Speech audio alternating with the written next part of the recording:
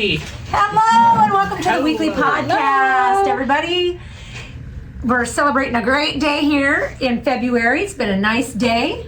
We don't get many of these, so yeah, we hope your weather's yeah. We hope your weather's been as good as ours. So yeah, we just got done with minus 20 degrees below zero last week, and I don't know how much snow, but we had a lot of drifts. Oh goodness! I had one drift in my front yard that was like 6 feet tall, and my huskies loved it. Yeah. Me getting my huskies out of it didn't love it, and so I'm a little thankful that we had this warm snap so that we could just melt, the feet of snow. Yeah. Now we have muddy feet, muddy paws. Yeah, muddy paws. We got lots of muddy paws. We got a couple dogs. I know our Ruby, one of our available dogs, she's been really embracing the muddy paws part of our name over these past couple weeks. We'll be sure to add a couple clips on here showing her out, getting her paws nice and muddy. But we are super excited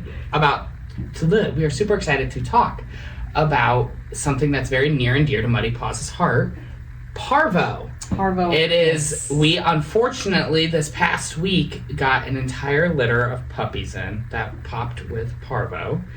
And unfortunately one on its way to the vet passed away. But we have 5 that are doing great.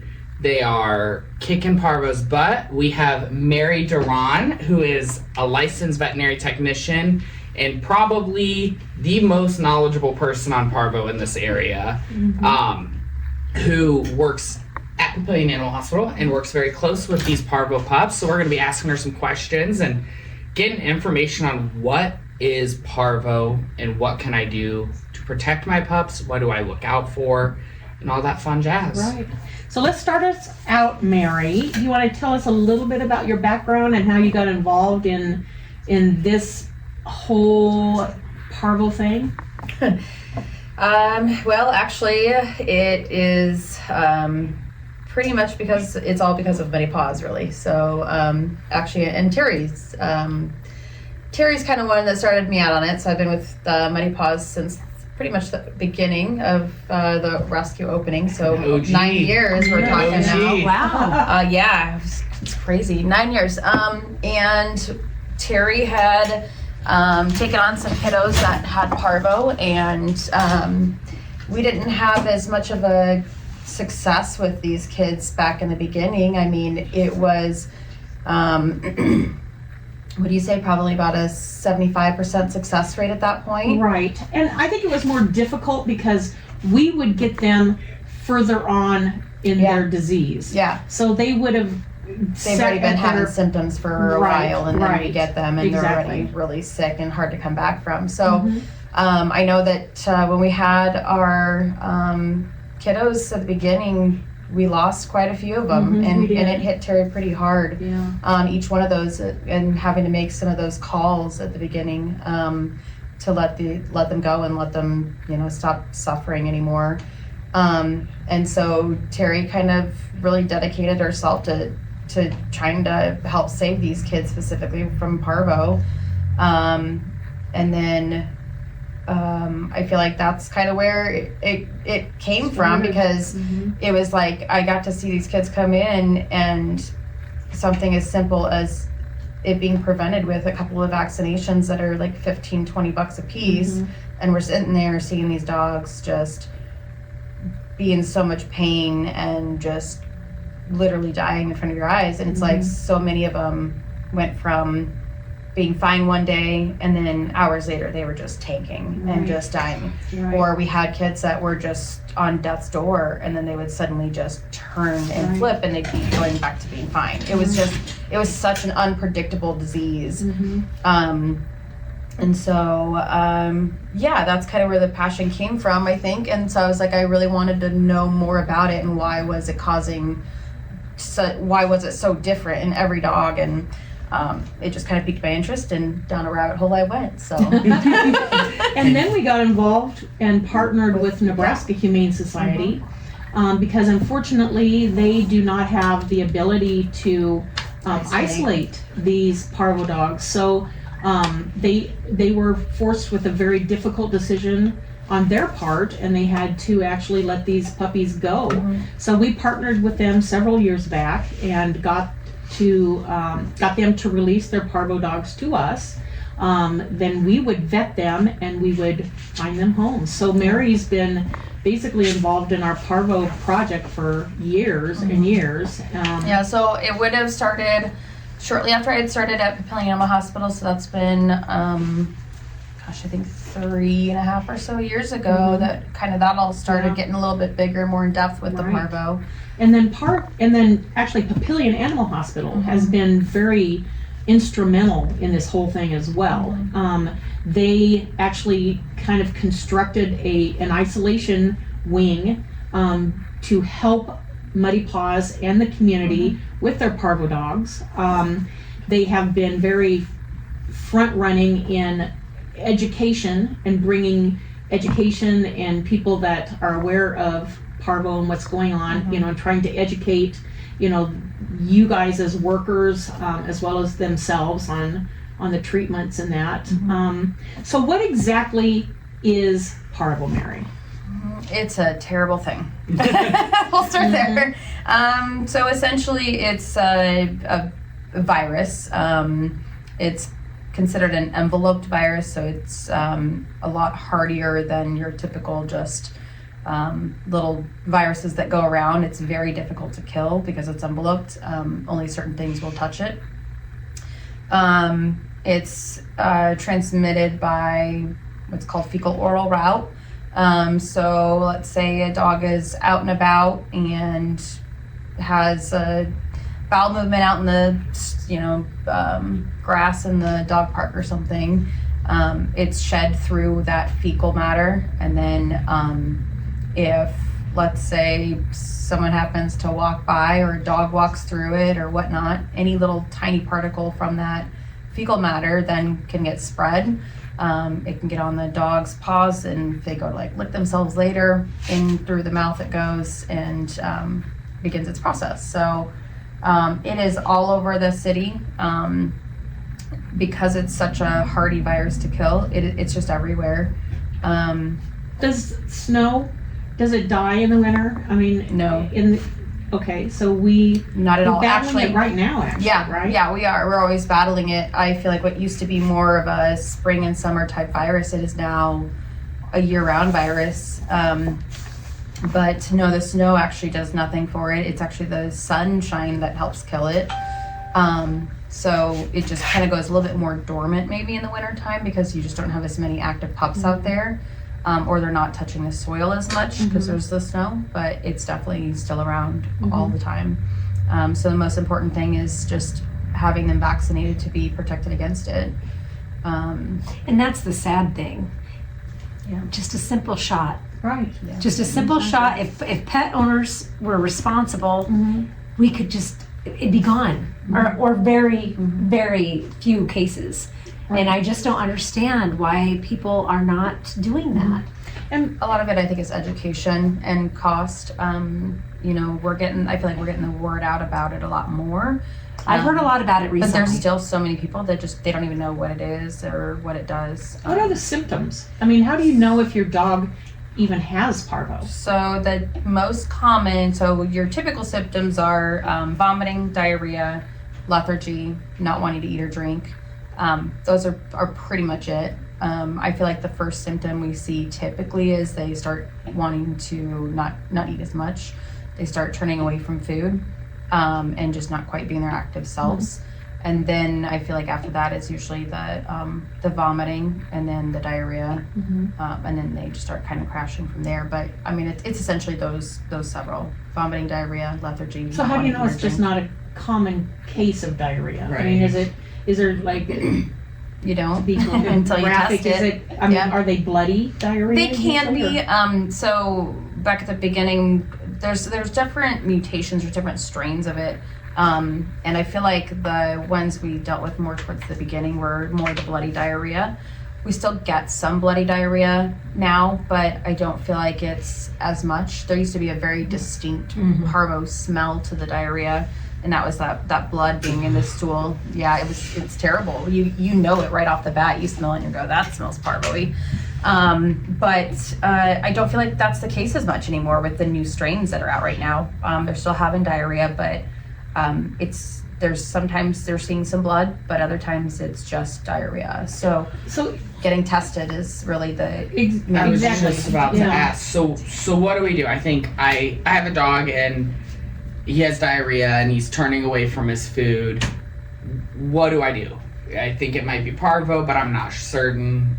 First thing would be to contact the vet and get him in to be seen. But with that being said, any dog coming into your clinic that has is a puppy, number one, because it's, even though you can still get it as an adult dog, it is most common in puppies under the age of 6 months of age. But we've seen them out there where they're a couple of years old and they're just not vaccinated and they're not protected and they still get it. But so puppy, vomiting, diarrhea, contact the vet and then get them in to be seen and be tested. Any good vet out there is going to look at the symptoms and say, okay, we don't have maybe a vaccine history, or we're having these vomiting, diarrhea symptoms, we need to test for parvo as just a standard protocol. But you don't want to bring them in walking. You want to say, hey, they're having these symptoms and they need to be carried in. They need to be not touching the ground so they're not spreading anything. Even if it is just a GI virus that's non-parvo too. So what about does this parvo test cost? Ooh, it probably varies between vets. So it does, and to be honest, I don't deal with a whole lot of the pricing, so I don't recall right offhand. Well, what about not only the test, but what about the recovery? What about how much is it to take expensive. the treatment? Because I know from personal experience, my husband bought me a puppy in 1998 for Christmas, and from a local kennel here, a very well-known kennel here in Omaha. At that time, he was doing the best he could, getting me a puppy. And at that time, I don't think rescues weren't as big. No. Right. We've learned so much and changed. They just get a bad rep, so I'm not going to say a name, but I love that dog. I had him for 2 days. I got so attached to him. Christmas was on a Sunday. He had given him to me on Friday night because nobody would keep him. And he was 9 weeks old. He had 7 other pups in his litter. Of course, my husband signed a contract with the local kennel. And my husband was at work one night, and it was Monday, and I remember looking at this dog, and I thought, there is something wrong with him. He is not the puppy that we had Friday night. So I called my husband at work, and I said, I think something's wrong with this dog. We ran it over to Omaha, and they had said, it's parvo, and you're going to, it'll be $1,000 to save him, or we can put him down. And after just 2 days, I was so attached to that little guy. I'm like, I just looked at my husband because I had just put my dog of 17 years down a few months before. And I'm just like, I can't do it. My husband's like, let's fix him. And I'm like, oh my God, that's why I married this man. So moral of the story, find a husband like your husband. But, and so from then on, we joked he was our $1,000 dog. And to be able to visit him, I know it sounds silly because I only had him 2 days, but we went over there and we would have to basically take a bleach bath, feet, hands, everything before we could go visit him. Same with when we left. And of course, in those 2 days we went and spoiled him so bad. We got a big old bed for him, lots of toys. And she said anything that he's touched has to go. And so we bleached our house. And it was 7 days before we got him back. But he did live, and he was a wonderful. If you think about that, you said it cost, he was your $1,000 baby, but that was in 1999. Yes, exactly. So that's why I wanted to say it's very expensive. Right. So now it's anywhere from $3,500 to on up. Yeah, we have spent $10,000 on and that's dog. With rescue discounts. That's with rescue costs. I mean, and it is. But every day, I mean, you have to assess it every single day, and it's a tough call. And it is a tough call. We just believe that we need to give these dogs every opportunity to make it through this disease. And I guess when it comes to the treatment of it, there was a glimmer and a new hope dawned onto us this past year that I'll let Mary kind of talk about, but a new treatment. Yeah. The cure. We call it the cure. It is technically not a cure per se, but it is a monoclonal antibody. So we've had a lot of advances on the animal aspect of things, they've been utilizing in human meds recently. Amazing. Yeah. And so it's a monoclonal antibody that goes in and we give it IV. As soon as it goes in and starts working, it basically binds to the virus so that it can no longer replicate and make more of that virus overtaking the body. So it stops the spread and the continuation of the virus making damage, but it doesn't reverse any damage that it's already done. So especially the longer that we're waiting on getting those babies in and getting them treated, the more damage that virus is doing day by day, and that is not reversible. So and it's very painful too, isn't it? Yeah, it's very painful. It basically just breaks down the whole GI tract until it breaks through into the rest of the body, making them septic. I'll take my IBS for $500, Alex. Yes. So yeah, I mean, treatment by the day, I feel like for your typical consumer out there, I feel like is at least $1,000 a day.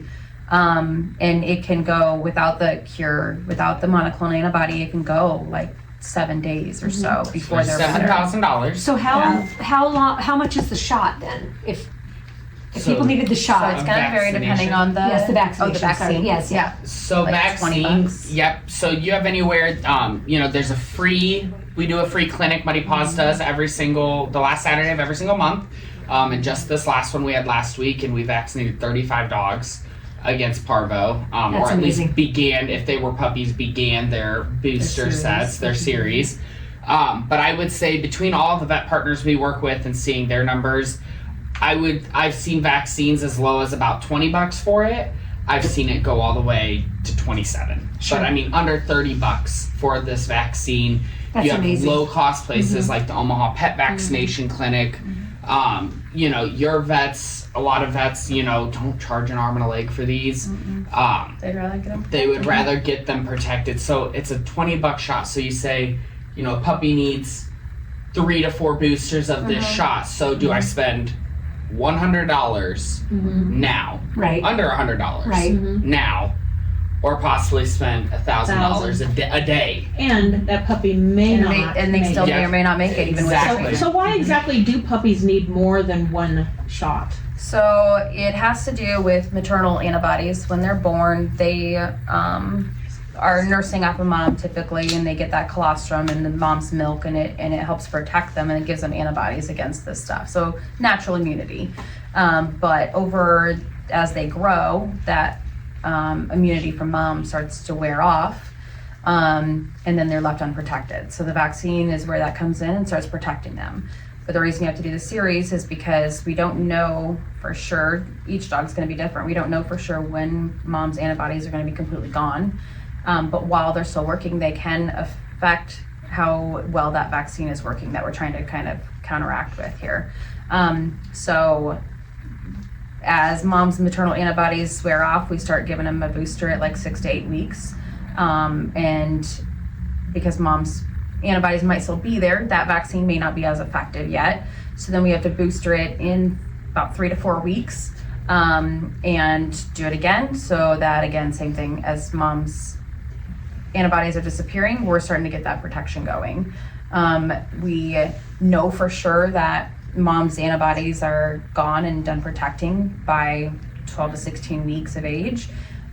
So it's extremely important to make sure that they're getting at least 2 of those December parvo vaccines after 12 weeks of age. So we usually do about 6 to 8 weeks, every 3 to 4 weeks after, until they've reached 16 weeks of age, with 2 after 12 weeks. 2 after 12. And this, I don't know if you'll have the answer to this question because it just popped into my head. But I had a friend who I was talking to about parvo because, well, I've turned into a parvo freak since joining Muddy Paws. Thanks, Terry. And I had put a photo on my Snapchat story because I work in a vet office. We saw a parvo case. And so I went home and I put my shoes inside a bucket of bleach because I want to protect my community. Yeah. And I posted it on Facebook going, do your part to protect your pups, vaccinate your pups. And if anything, for my shoes' sake, is actually exactly what I said. And she came back and goes, well, can you over-vaccinate your pup? So what if you don't, I got this pup at 12 weeks of age or 10 weeks of age, and I don't know if they had any vaccinations because I found this puppy wandering the street.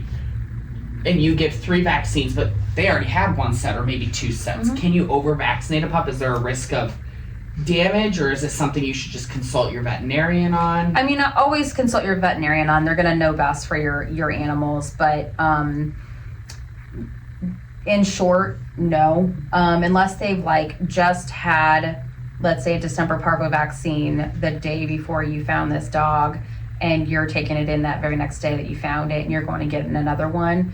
Could there be potentially some interaction there? Yeah.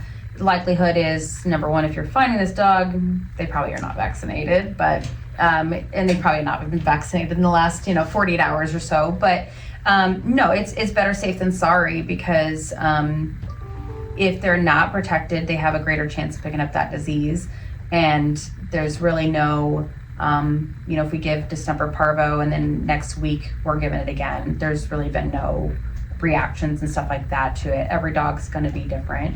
There is still always just a like potential. every person. Yeah. But no, it's better to be better safe than sorry and cover them. And in the biological aspect of things, I guess, in the cellular aspect of things, I think there's a bunch of different research out there right now that's trying to happen on that same question, because I know a lot of people do like maybe titers and stuff because they are worried about over vaccinating. But when it comes to protecting these puppies from this disease, in my opinion, it's better to just go ahead and get them vaccinated than to say, oh, they could have been vaccinated, we want to wait. Yeah. So I think there was a question about the cost of the cure. Yeah. We talked about the cost of the treatment, but as far as it's going to vary depending on each vet and how they charge it out.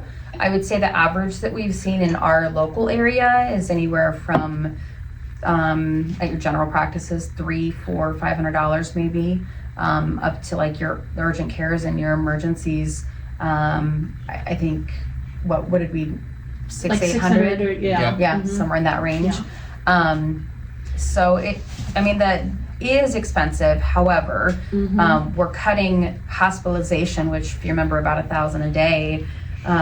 We're cutting that from 7 days down to, I would say for us, it's been on average of 2 days of hospitalization before we're able to get them out the door with using the monoclonal antibody. That's good. That's very good. So in the sense, you're spending a large amount of money on this, but you are saving upwards of $4,000, $5,000. And if you catch that really quick, with the first symptoms, then you don't have to wait and treat the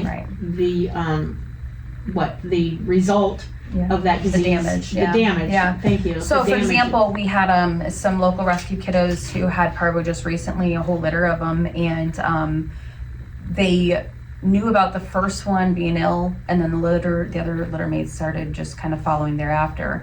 So they were very on top of, after knowing that first kid was positive, they were very on top of monitoring the rest of the kids for symptoms, right? So the first kiddo after that one that we got in, we got that injection going. So what I do is I get them in, I get them assessed, we run blood work on them, we get them an IV catheter in, we run bolus of fluids to get them hydrated, and then we give that injection. And once we gave that injection, we were able to send that kiddo home that night. Oh wow! Yeah. That night, it wasn't even a right full before day your of eyes. hospitalization. That puppy was lethargic, just would not lift its little head up. I mean, and unfortunately, its sibling did pass away on the way to the vet. So these were, this was a pretty severe strain.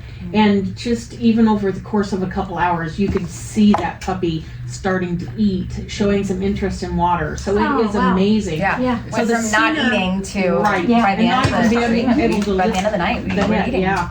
So it really, really was amazing. And the sooner you can catch it, the more money you're going to save, and the easier it is for that dog to actually kick it. Yeah. So where do they get this I'm sorry, I didn't need to. Where do they get this cure? Because not every vet has it, correct? No, not every vet has it. It is an Elanco product. The veterinarians can order it, but because it is highly expensive, not everyone carries it because they don't see it in their clinics as often as, for example, we carry a lot of it because we work with Muddy Paws and all the Parvo kids, and so we carry a lot of it. So Terry with Muddy Paws here has that large stash of it that we utilize. I call it a stash. I call it supply. It's a stash. It's a stash. Gold. It's a stash of gold. It's a stash of gold. It's a stash of bippity boppity boo juice. If I don't use all of it on one kid and we have to get rid of the rest, I'm like, but it's liquid gold. Right. Yeah. So I mean, if it's something that you need, reaching out to Terry, and Terry's always willing to help share it out there to, get these kids saved. But otherwise, the vets can carry it. Or contact Papillion Animal Hospital contact directly, Papillion Animal Hospital directly, and we can help get it out there too. If it's after normal business hours, I know Urgent Terry. Pet. Terry or Urgent Pet Care also carries it. Yeah. So there's a few places, and you just call ahead. They'll know. Yeah. Call ahead, and you'll know. I had a question. So my dogs, they are vaccinated. I'm going to start with my dogs. They're all vaccinated. Probably overly vaccinated. But my dogs don't go really anywhere with me. They aren't the biggest fans of people, can be touchy with other dogs at times. So they are couch potatoes at home. Why do my dogs need vaccinated? Well, it kind of goes into that like herd immunity almost, where if your dog is vaccinated, then there's actually asymptomatic parvo carriers out there even. So they can pick it up, they can get that virus, but be asymptomatic and still spread it. So even though and don't you work in a vet's office? Yeah. Where you're supposed to every day. Yep. So I can bring it home with me? Yes. Oh, 100%. Absolutely. What? I should bring something home with me. You and your dogs can both bring it home. Listening ears. She said earlier that when you have a parvo dog, you should not let it walk into the veterinary. Right. If you suspect it, you should carry it in because, again, like they made us bleach our shoes, bleach our hands, well, not hands. All it takes is one little particle and drop it on the floor. 72 hours. Those poor shoes. Look at those shoes were white. When they came out. I tell you that the soles of those shoes were like. This is why I have like a new shoe obsession. I have to have so many pairs of shoes because the one gets contaminated. Around with you about that. Ever since I've worked in a vet clinic, I'm like, oh gosh, I get it now, Mary.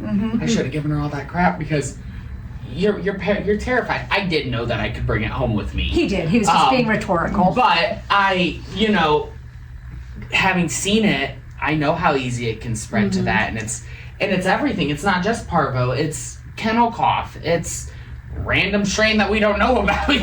And there's also, there's certain worms that they can, from the dog park if people aren't picking up them eggs and it's crazy the stuff that's spread. But parvo is.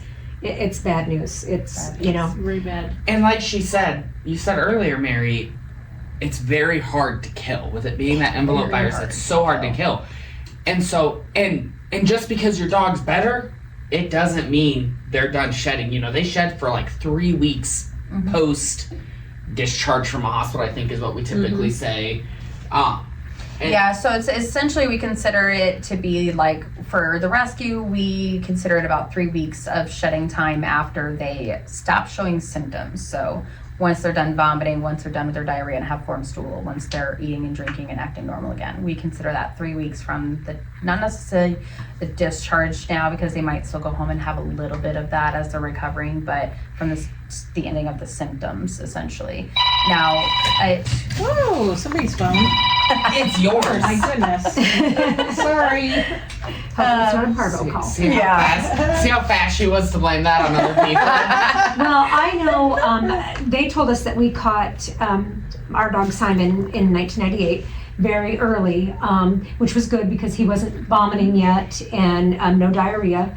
And so we were lucky there. And but he did have stomach issues his whole life. It was very hard to find a dog food, a dry dog food that agreed with his belly. But you know what? He was one of the best dogs we've ever had, and I'm glad we made the decision. They're still kind of trying to figure out, I feel like that aspect of it is after they're recovered, because you were talking about you guys caught it early and there was still damage done for the rest of their life, but there's always a potential that it can go on because that damage goes in and messes that GI tract so much that it can leave permanent damage, and then they're left with sensitivities and GI issues for the rest of their lives. But some go off and recover and they're normal and they're just fine. They don't have that, so it's not necessarily doesn't have to be a long-term issue.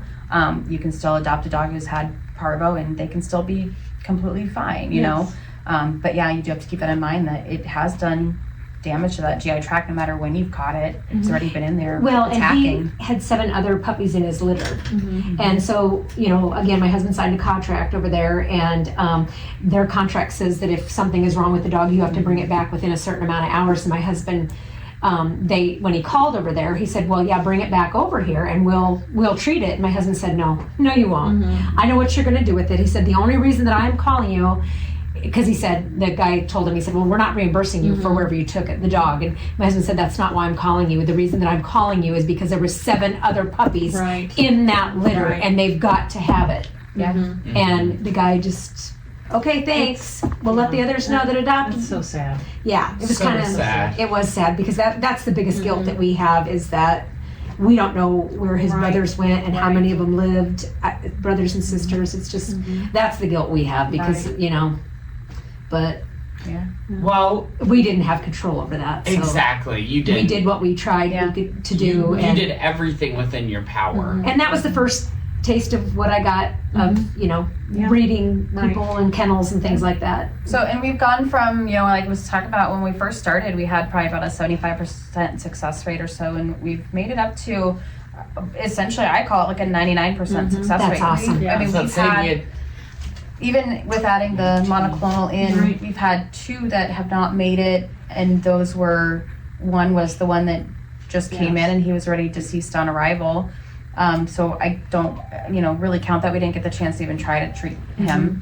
But then we had just one other that was already too far septic. And I want she to didn't say make in it, 2023 we had 27. We looked it up and we've been averaging about 25 to 35 cases each year. It was 27. We had 27 cases in total last year with 25 survival. One of those deceased was, like you guys said, she was septic.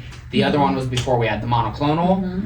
But that's a pretty darn good success rate. They say in general statistics, they say that without treatment, that basically 75% of them won't make it. With treatment, you still have like 25% of them that don't typically make it. That's 1 in 4. So, I mean, to be able to increase that in at least our clinic here with the protocols that we do and with the monoclonal even now too, like to increase that to a 99% success rate is amazing. One other thing too, even before the monoclonal, even before the cure, you actually put together a protocol that other vets are actually asking for. That was very unique to what you had experienced and kind of tweaked, so tell us a little bit about that protocol. You're still using it even with the cure, and how you devised it, and then so it adjusts a little bit. So it kind of all based off of same thing there, like what kind of successes were we seeing with the cases that we were bringing in, and what were their symptoms, what are we looking to treat. And I've done just a lot of CE hours and a lot of reading up on parvo and different people's treatments and different people's experiences with their outcomes and their survivals and their losses and everything, and have tweaked it to where I came up with a protocol that I've been following for I think almost a year now since I kind of came up with it. And before the monoclonal, even I was able to bring that success rate up to like 90, very 97%. Very high. So essentially, and you're even willing to share it. 100%. Like, I'm like, I will put it out there. I'm still kind of, working on the final little tweaks here and there, but before I really put it out there, but as soon as I finalize it, I want to just spread it out there everywhere. But anyone who is willing to, look into it, I'm like, hey, I'll send it to your vet. If they want to tweak something a little bit about it, they can go ahead and do it. If they want to double check it, go for it. But it's a spreadsheet that you put in the weight and it pre-calculates everything for you. Wonderful. So it goes in and it's, you do your assessment. It talks about how to, first things you do is if they're hypoglycemic, so if their blood sugar is low, correcting that. If their temperature is low, if they're hypothermic, correcting that. But getting that blood work in and assessing it, and then going off the blood work, we do IV catheter, we do a fluid bolus to get them rehydrated because they've been vomiting, they've been having diarrhea, they're not drinking. So we'll do a bolus of IV fluids. It used to be then we were having to go in and do the plasma transfusion because they were essentially getting to the point where they become septic, and then they would start losing their red blood cells and they'd pass. So the plasma going in there was really helping boost that immune system for them, and they were we had it at the end of the treatment originally, but then we were finding every single one of them was needing it by that time. Wow. And so we pushed it. One of the CEs talked about you just do it right away. So we were doing that right away, and it was giving them a better chance. And then but since the monoclonal came out, the monoclonals kind of replaced that. So that's amazing. Yeah. It is. So we no longer have to really do it unless they're really, really ill and we are needing it in the end. But it's not a first thing that we're needing anymore. So we do monoclonal second. Let's dethaw while we're pushing fluids. We'll do monoclonal second. And then we will do, I do metronidazole, which is an antibiotic. I do Unison, which is another antibiotic. They're broad spectrum. They aren't going to stop the virus. They're not going to do anything with the virus, but it does prevent that secondary infection. Right. Yeah, so once it's getting through that gut barrier, it's going to prevent that secondary infection. We do Serenia and ondansetron, which is for anti-nausea, anti-vomiting. We used to just use Serenia, but with some of these viruses, they've been vomiting past that even. Wow. So the ondansetron works really well in combination with it. Let's see, we'll do some metoclopramide in a CRI if we need to. If their gut's just really not moving along and they're still not eating and they're still real dumpy, we can add some metoclopramide to get the gut motility continuing to move. Because sometimes it just sits there in their stomach and then just gets kind of rotten in there almost, and they're just vomiting that all up. We've got if their potassium is low, we can add some potassium into their fluids to get that. And this protocol that you've made up walks them through. Walks through step by step, yeah. And also, what their levels are. Aren't you actually giving feedback to the makers of this drug? Elanco, yeah. So you're working closely with them to provide feedback because you guys see probably more parvo than a lot of other places. Of them in the area, yeah.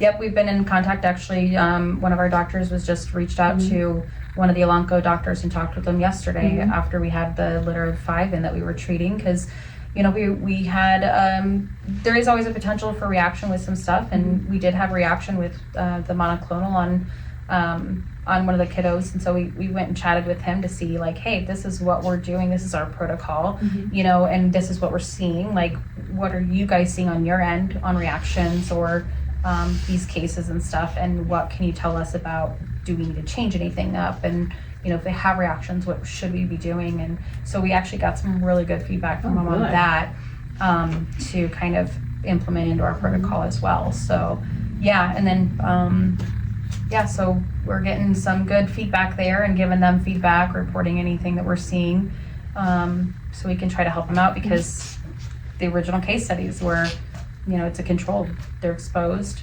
they're given that monoclonal within a couple days, and then it's 100% success rate. But in real life, we're seeing these kids come in and being, okay, they've been sick for 4 or 5 days, showing symptoms already for a couple days. You know, we're seeing it in the real life scenarios where sometimes we don't even know their backstories. Yeah. A lot of we don't times know you don't how know. long Yeah. they've been sick for. They're coming in and saying, hey, they're astray, and they're Well, getting and that's dropped just off, it. Sometimes we don't pet know. owners aren't always honest with you. Yeah. Or they don't realize, Right, you know, they right. work all day, you know, they think their Yeah. dog's fine, and they don't really realize until the next morning. Right. And And we had middle of those. the We night, had those. yeah. We had the part of the litter that just came in Right, here, right. and like the guy was like, "Oh no, the other 4 aren't showing any symptoms." And then by the time we brought them in and tested them, and they were all 4 positive. Right. And by just in that time, they were sitting there vomiting and Yeah, having it was diarrhea. pretty bad. And it's like he didn't even know that they were having those yet. Yeah. So well,